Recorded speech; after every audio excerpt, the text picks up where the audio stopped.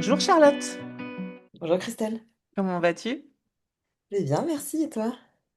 Eh ben ça va très bien. On est ensemble aujourd'hui pour que tu nous fasses un petit témoignage de ton parcours de bilan de compétences qu'on a fait ensemble l'année dernière au printemps 2024, je crois.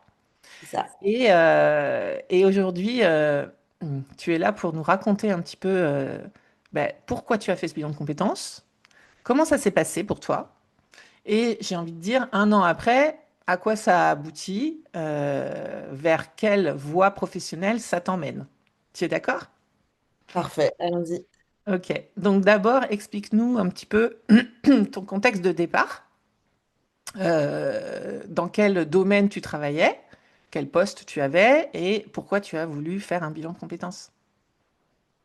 Avec plaisir. Du coup, je m'appelle Charlotte Urny et j'ai travaillé du coup pendant une petite dizaine d'années dans l'audiovisuel, principalement dans le cinéma. J'ai bossé notamment 6 ans pour le Festival de Cannes. Donc j'ai eu une assez grosse expérience dans l'événementiel cinéma et j'ai occupé plusieurs postes différents. Mais j'ai toujours été dans des relations, dans des contextes plutôt professionnels, donc B2B, donc de mettre en musique un peu ou d'orchestrer les relations entre les professionnels du cinéma. Du coup, j'ai eu plusieurs casquettes, une casquette de commercial, une casquette de chargé de projet. J'ai travaillé aussi un peu en lien avec des outils digitaux dans le cinéma et toujours dans ce contexte-là. Et donc j'ai passé donc 6 ans à Cannes, donc j'avais un poste un contexte assez confortable parce qu'en CDI, ce qui était assez rare d'ailleurs dans l'événementiel cinéma, avec des collègues super où j'ai appris énormément de choses. Il y a le Covid qui est passé par là. J'ai commencé comme plein de gens, je pense à m'interroger un petit peu sur ce que je faisais. J'avais un petit peu envie de bouger, mais je savais pas trop par quel bout le prendre. Et du coup, j'ai négocié une rupture conventionnelle avec mon employeur, donc avec le Festival de Cannes en 2021. Et à la suite de ça, je savais pas trop ce que j'allais faire derrière, mais du coup, la rupture conventionnelle a l'avantage d'ouvrir les droits au chômage, donc j'étais dans une situation compliquée financièrement. Et j'ai du coup eu assez rapidement des opportunités pour travailler à mon compte, donc en freelance. Et donc j'ai été freelance ensuite pendant 2 ans. Pareil dans cet univers voilà, B2B, audiovisuel, cinéma, euh, dans des organisations aussi, enfin un peu, donc pas de l'événementiel pur et dur, mais qui gravitaient quand même dans ces cercles-là. Donc j'ai été voilà, pareil commercial pour une plateforme en ligne pour les festivals. Et j'ai aussi travaillé en animation de communauté pour un réseau de producteurs de films. Donc j'ai fait Mhm. ça pendant 2 ans. Donc ça a été la première fois que je testais aussi la vie de freelance.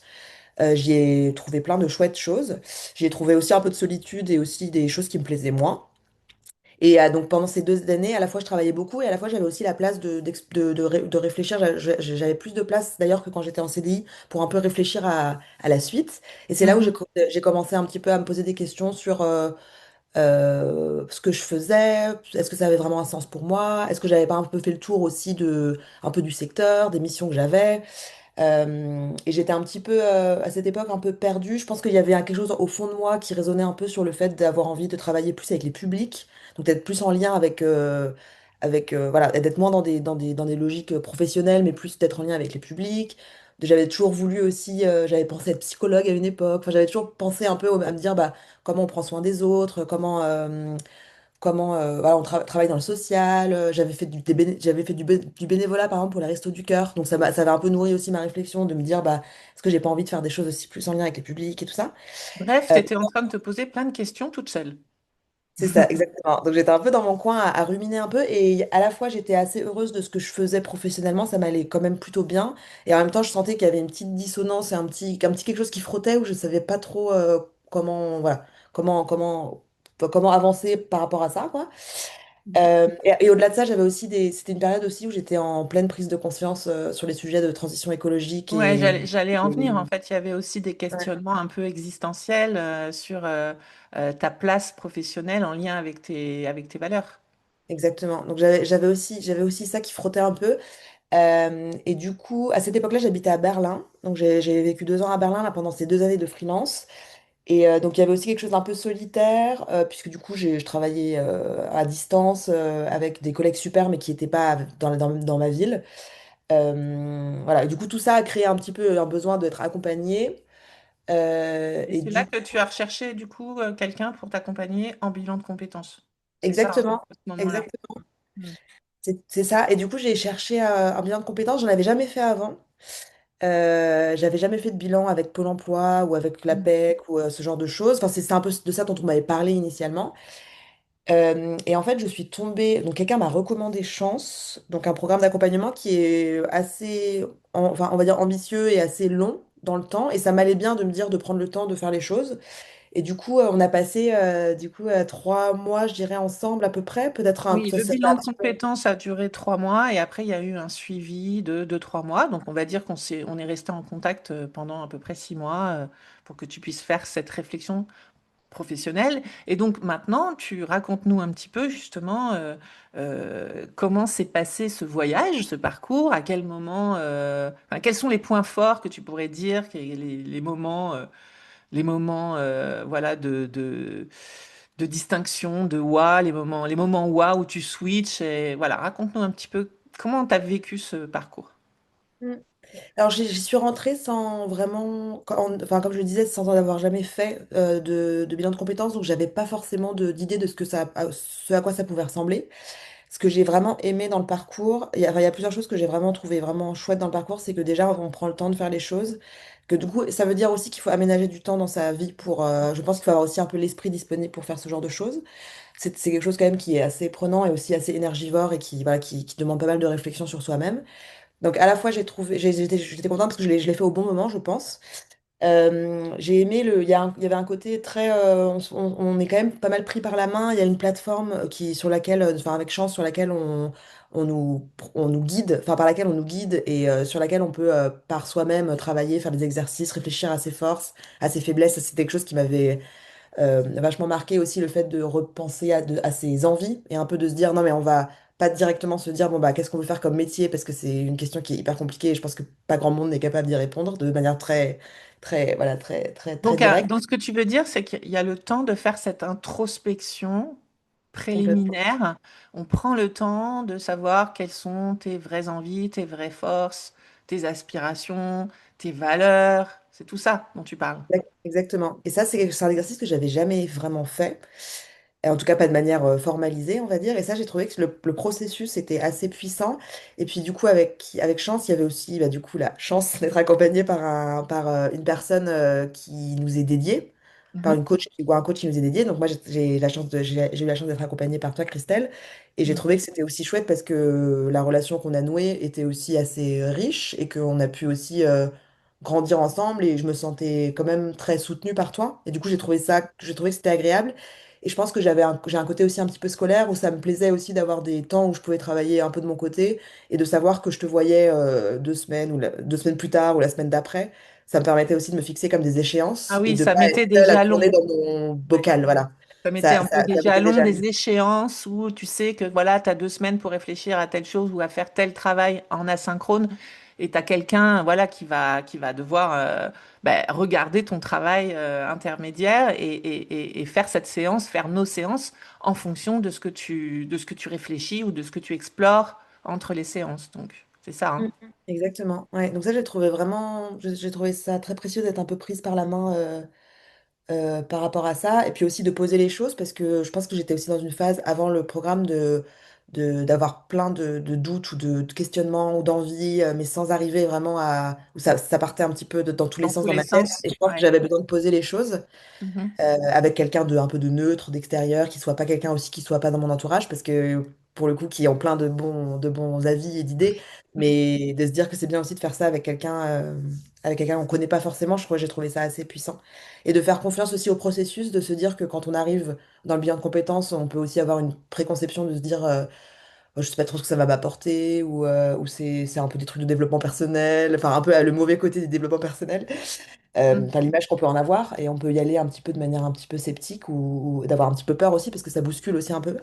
Et j'ai trouvé que de faire confiance un peu au processus, en fait, ça m'a vachement aidé et on Ok. parlera sûrement après de la suite, mais Et j'ai... donc, du coup, là, donc, tu parles un peu du début du parcours où tu t'es dit, ah, c'est intéressant, tu t'es recentré sur toi, ça t'a permis voilà, de faire ce vrai travail un peu d'alignement, ce que nous, on appelle chercher votre alignement. Et après, ben, il y a toute la phase d'émergence, en fait, de pistes de métiers ou d'activités. Et là, qu'est-ce qui s'est déployé devant toi au moment à peu près au milieu du parcours? Euh, sur le milieu du parcours, il y a eu plusieurs choses. On a travaillé pas mal sur, ça remonte un petit peu maintenant, mais de mémoire, on a travaillé pas mal sur dans quel type d'environnement j'avais envie d'évoluer. Donc pas forcément que du métier ou du secteur, mais aussi Mhm. la place que le travail prend dans ma vie, la place que je veux laisser au loisir ou au temps hors travail rémunéré, le secteur géographique dans lequel j'ai envie de travailler. Enfin, on a aussi abordé le salaire que j'aurais envie de toucher. Donc, on a aussi abordé des choses très concrètes au-delà du métier, de se dire, mais en fait, c'est comment je me projette dans mon quotidien professionnel et dans quelles conditions. Pour aussi, donc ça, c'était une partie très, très concrète, mais que Ouais, j'ai ce que trouvé tu veux dire, assez c'est riche. que ce que tu veux dire par là, Charlotte, excuse-moi, je te coupe, mais qu'il y a eu une prise en compte de la globalité de ta vie. Il y a eu vraiment cette idée que, ok, le travail, c'est une porte, mais Mhm. il faut qu'elle soit équilibrée avec le reste de tes impératifs personnels, financiers, géographiques, etc. Ok, donc ça c'est clair, mais maintenant, est-ce que tu peux nous parler un peu plus, toi personnellement, voilà, qu'est-ce qui a émergé comme piste et vers où ce travail d'introspection t'a emmené rapidement? Mm. Bah, j'ai eu plusieurs choses, donc il y a pas mal de choses qui me trottaient en tête depuis plusieurs, mais je l'ai un peu mentionné tout à l'heure, mais il y a eu plusieurs choses qui me trottaient en tête sur travailler dans le secteur social, Mhm, travailler en tant que psychologue, travailler plus en lien avec les publics. Ces choses-là, elles étaient toujours là au moment où on a travaillé ensemble et on réfléchissait à des pistes de métiers très concrètes. mhm, Et du coup, ce qu'on avait pu faire sur la plateforme, c'est notamment de lister tout un tas de métiers. Ça, c'est une phase qui prend quand même un petit peu de temps parce que c'est quand même, je trouve, difficile de se projeter dans un métier quand on n'en a qu'une conception un petit peu, vague. un petit peu vague ou qu'on ne connaît pas forcément quelqu'un dans notre entourage qui fait ce métier-là. En revanche, de se dire que d'intuition, enfin, je crois quand même pas mal aux intuitions et de se dire que d'intuition ou des expériences précédentes qu'on a pu avoir où il y aurait des choses transférables sur ces métiers-là, qu'on pourrait se projeter dans le fait d'être à l'aise dans ce métier-là, c'était assez utile. Et pour moi, vraiment, les choses qui sont ressorties, c'était vraiment cette appétence pour le créer du lien, prendre soin. Il y avait tout un tas un peu de mots-clés de ce que j'avais envie de mettre dans mon métier. Oui, qui sont en fait les moteurs, hein, ce qui t'anime, ce qui te fait te lever le matin, en gros. C'est ça qu'on Exactement. cherche. Ouais. Exactement. Et du coup, j'avais listé tout un tas de métiers sans vraiment à la fin du bilan de compétences me dire oui, je veux faire ce métier-là très précisément, parce que du coup, je pense qu'il y avait besoin aussi que j'expérimente des choses pour pouvoir affiner mon projet. En revanche, ce qui a été très précieux, c'est que ça m'a permis de sortir plein de métiers alignés avec justement ce qui me motive. Ouais, tes Euh, aspirations les et tes aspirations valeurs et et mon ton moteur. pourquoi, Ouais. ce que nous on appelle ton pourquoi. Et alors donc, du coup, Charlotte, raconte-nous vers où ça t'a emmené tout ça, toute cette réflexion. Et donc, toute cette Exploration. réflexion m'a amenée vers le fait de vouloir continuer à explorer, je pense, dans les secteurs qui m'intéressaient là, donc notamment dans le social, et le secteur en fait plus large de l'économie sociale et solidaire. Enfin, en fait, on a Mm. atterri un peu sur quelque chose qui était en fait très large, mais sur un secteur qui était le Ouais, secteur de l'économie sociale et solidaire. Et je crois que c'est toi, si je ne me trompe pas, qui m'a parlé d'un programme de ouais, reconversion qui s'appelle On Purpose, ouais. qui m'a pas mal parlé. On Purpose, c'est un programme qui accompagne des professionnels qui ont entre 5 et 15 ans d'expérience souvent dans l'économie conventionnelle, mais pas que. Donc Mhm. souvent des personnes qui sont en crise de sens dans leur métier et qui tablent sur des compétences transférables et de se dire que toute personne a des compétences de sa vie, on va dire d'avant, qu'elle peut mettre au service du sens, de l'impact, du secteur de l'économie sociale et solidaire. Voilà, et ce truc-là m'avait vachement parlé de se dire qu'en fait, on a tous appris des choses dans nos vies et qu'on a peut-être envie de changer un petit peu de secteur et tout ça, mais on peut mettre nos Donc tu peux compétences au service de transférer, que quelque tu chose. peux transférer tes compétences Exactement. dans d'autres secteurs. Ouais. Exactement. Et ça, c'était un peu la promesse d'On Purpose, c'est de se dire, bah, du coup, c'est un programme de formation qui dure 1 an, qui Mhm. est très pratico-pratique, puisqu'en fait, on fait 2 CDD de 6 mois dans des secteurs de l'économie sociale et solidaire. Donc ça peut être des associations, ça peut être des fondations, ça peut être des coopératives. C'est dans tout un tas de secteurs différents de l'ESS, parce que c'est très très large Et toi d'ailleurs, Charlotte, domaine. du coup, tu as candidaté pour ce programme, Ouais, tu as été sélectionnée, puisqu'il faut candidater quand même, on n'y rentre pas ouais, comme ça. tout à Et donc, fait. tu as commencé à quel moment? Tu as commencé le programme J'ai quand? Et donc j'ai candidaté au moment où nous on se parlait, donc au printemps 2024, et Ouais, je suis rentrée en octobre 2024. ouais, Il y a deux promotions par an, donc il y a toujours une promotion qui commence en octobre et une promotion qui commence en avril. Donc en fait on peut candidater un peu tous les 6 mois. Et effectivement, c'est un processus qui est assez, c'est assez, ils prennent en général par promotion entre 17 et 20 personnes. Ils n'ont pas un chiffre fixe parce que du coup, ils prennent vraiment les personnes avec lesquelles ils ont envie de construire la promotion, on va dire. ouais, Parce que du la coup, un cohorte. élément, un Ouais. élément fort de la cohorte, un élément fort de On Purpose, c'est l'aspect relationnel et aussi Collectif. l'aspect de Mm. collectif et de communauté. Et on avait des moments de formation, des moments d'échange tous les vendredis. Donc en fait, on avait cette partie-là voilà, de faire 4 jours par semaine en organisation et ensuite une demi-journée le vendredi Ok. en... Et toi, Charlotte, tu as fait quoi alors du coup? Tu as été dépêchée dans quel type d'organisation? Et du coup, moi, donc j'ai été dans deux organisations, donc deux fondations. Les premiers 6 mois, donc entre octobre et avril, octobre 2024 et avril 2025, du coup, Cinq. Ouais, j'ai été à la Fondation de France, donc qui est une, ouais, une organisation qui œuvre à la philanthropie en France. ouais. J'étais au service des ressources humaines. Donc, il y a quelque chose qui est intéressant sur On Purpose, c'est que du coup, on choisit pas forcément ses... Alors, on peut classer, on a un ordre de préférence sur les missions et sur les organisations, mais on choisit pas forcément ni son organisation ni sa mission. Ce qui est assez intéressant parce que du coup, ça permet aussi de découvrir des choses qu'on n'aurait pas imaginées avant. Mhm. Donc ça, c'était ma première mission, donc à la Fondation de France en ressources humaines, plutôt sur des sujets d'accompagnement au changement. Ouais. Et la deuxième mission, là, c'est que je viens de finir là, la semaine dernière. C'est une mission dans le médico-social, donc dans une fondation qui s'appelle la Fondation Léopold Bellan, qui Mhm. fonctionne plutôt comme une asso en fait, qui a des établissements de santé, donc des EHPAD, des crèches, des établissements d'insertion par le travail.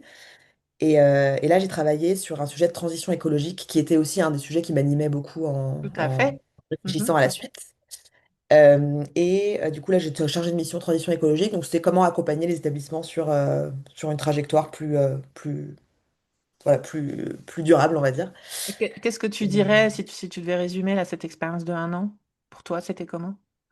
Bah, c'était d'une richesse assez folle parce que j'ai eu 1 an pour faire deux métiers que j'avais absolument jamais fait dans ma vie, dans un secteur, et même dans deux secteurs différents que je ne connaissais absolument pas.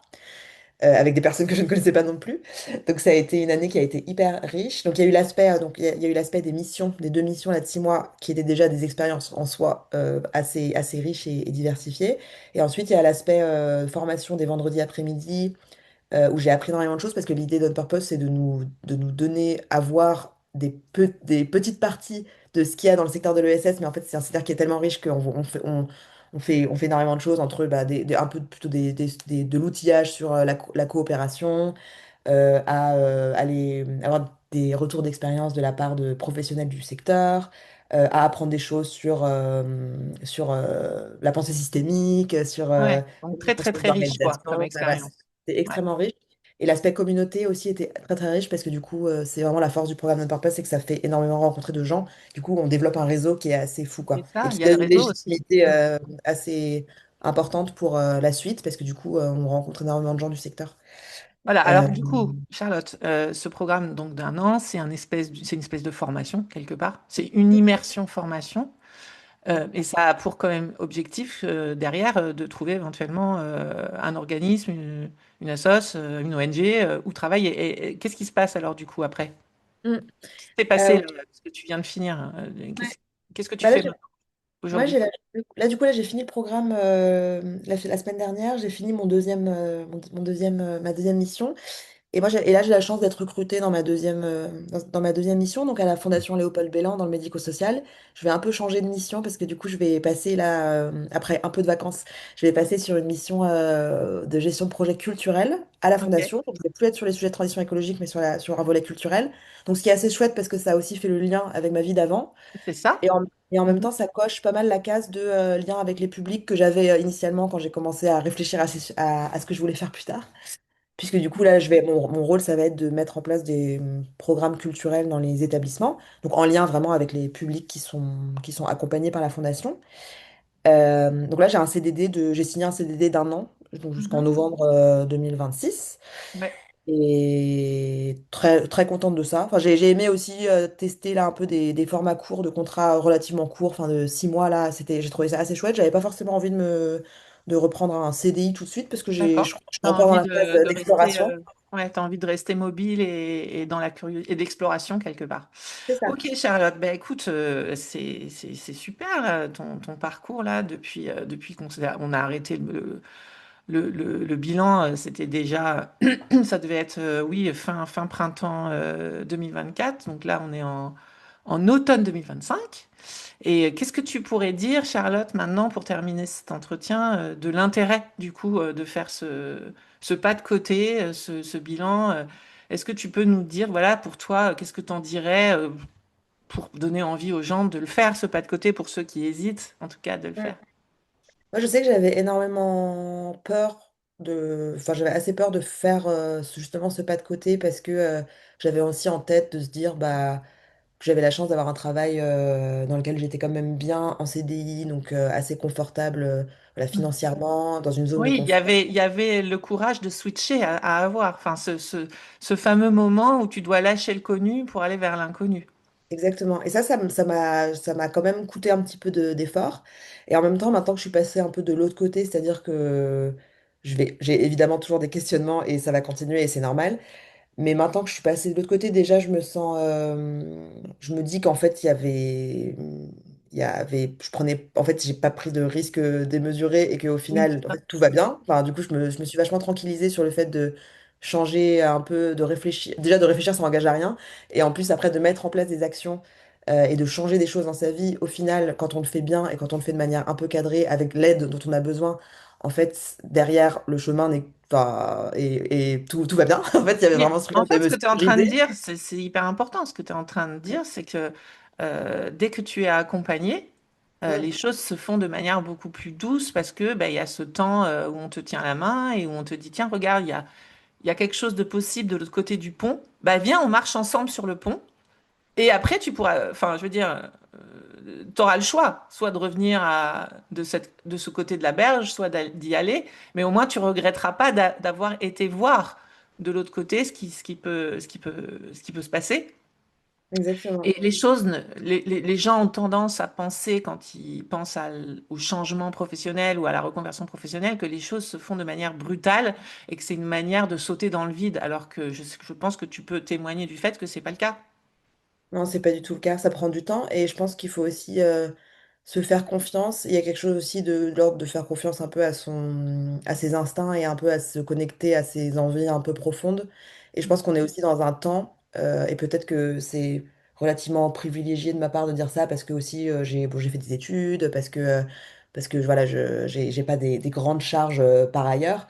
Mais je pense qu'on est dans un temps où aussi les carrières ne sont plus linéaires comme elles pouvaient l'être Oui, à l'époque, que oui. c'est tout à fait normal en fait de changer de métier ou de vie tous les 5 ans, Mm. qu'il faut évidemment pouvoir le faire. Voilà. Mais moi en tout cas, de mon expérience, c'est quelque chose qui me paraissait un petit peu, enfin, peut-être pas insurmontable, mais quelque chose qui me paraissait me demander énormément En tout cas, d'efforts. Et au final, en tout cas, quelque chose qui était sujet à t'angoisser, bien sûr, ouais, on va c'est dire. ça. Qui est Et le au cas de final, la majorité des gens qui imaginent quitter un travail un petit peu voilà, sécurisé, où il y a le salaire qui tombe tous les mois, et aller vers quelque chose qui n'est pas encore construit, qu'on doit construire brique après brique, avec de la confiance, voilà, c'est normal d'avoir peur. Donc l'intérêt de se faire accompagner dans ces moments de questionnement, c'est justement d'y aller avec une certaine sécurité et du soutien. Complètement. C'est très bien résumé. Et je pense qu'il y a aussi quelque chose de l'ordre que j'ai appris aussi avec On Purpose après, c'est la force vraiment des compétences transférables et des qualités qu'on peut avoir dans un secteur ou dans un métier Ouais. et qu'en fait on peut assez facilement en fait reporter sur d'autres secteurs et d'autres métiers. Et Ouais, c'est ça, très franchement, j'en suis important. assez convaincue. Ouais.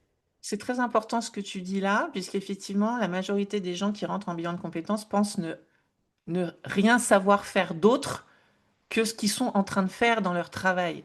Et nous, ce qu'on voit tous les jours, puisque moi, ça fait plus de 300 personnes que j'accompagne depuis 6 ans dans ce parcours de bilan de compétences, je peux t'assurer que, enfin, je peux assurer à tout le monde que on n'est pas juste notre travail on est plein de compétences, en fait, et de ressources qu'on ignore et qui peuvent tout à fait être mobilisables dans d'autres secteurs d'activité, dans d'autres métiers. Et c'est ça tout l'intérêt de l'introspection, que d'apprendre à bien se connaître et de voir qu'en fait, il y a des tas de compétences ou de ressources qu'on mobilise pas dans notre boulot actuel et qu'on peut très bien mobiliser dans un autre travail. Et après, il y a tout le travail, effectivement, bah, d'apprentissage, du nouveau secteur, du nouveau métier. Mais en fait, nous sommes des humains apprenants.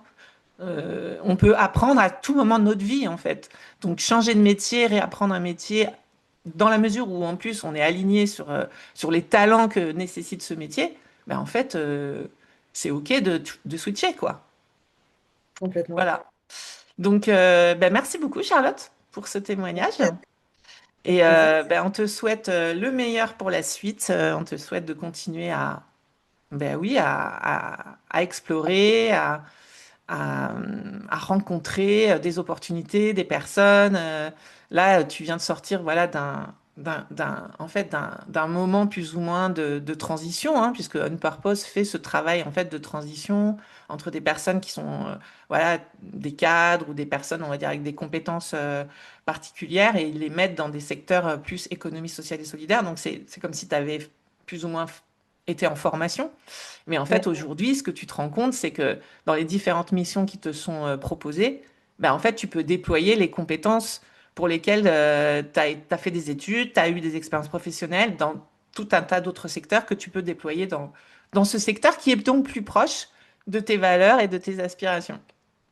complètement. Et je Voilà, dirais que merci. la force de l'expérience est aussi extrêmement... de faire des expériences, c'est déjà, ça permet aussi de confronter aussi ses perceptions au réel et que c'est ça qui est très très fort.